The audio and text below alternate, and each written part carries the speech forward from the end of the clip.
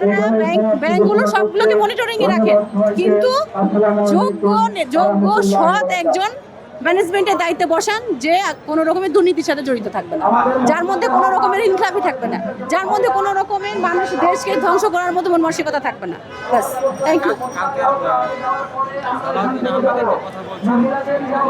আপনি এখন যদি আমাকে এটা উল্টাপাল্টা কোশ্চেন করেন যে আমার এতে কি বললো ওতে কি বললো, এটা তো ঠিক হবে না ভাই। আপনি কি চান না আপনার ব্যাংকগুলোকে সেফ থাক?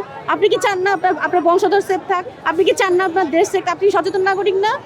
আপনি কি দেশকে ভালোবাসেন সেটাকে বলেন। আপনি দেশকে ভালোবাসলে পজিটিভ কোশ্চেন করেন ভাই।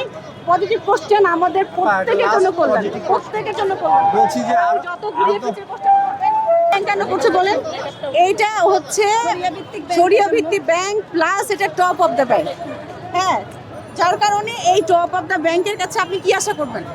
সবসময় বলবেন যে এটার কাছে আমি যাব, তাই না? যেটা আমার আমানত রক্ষা করবে। আর যখন এটাকে দেখছে যে না, এটা আমাদের দেশকে অনেক উঁচু জায়গায় নিয়ে গেছে, তখনই দেখা যাচ্ছে যে বিরোধী দল হোক, যে কোনো মানুষ হোক, সেটাকে হামলার মধ্যে এসে পড়ছে। কেন পড়বে? কেন?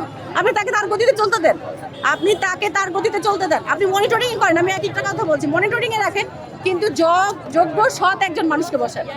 এই সালামদের মতো লোককে যদি আপনারা এইরকমই করতে থাকেন, ভবিষ্যৎ প্রজন্ম কিন্তু আপনাদেরকেও ধরা খেতে হবে। আপনারা সাংবাদিকরা ভাই আছেন না, সবাই আমাদের ভাই, কিন্তু আপনারা ভবিষ্যৎ প্রজন্ম কিন্তু আপনাদেরকেও দায়ী করবে যে আপনারা কি করছেন, আপনারা কি করছেন। আপনার বিবেকের কাছে কোশ্চেন করেন।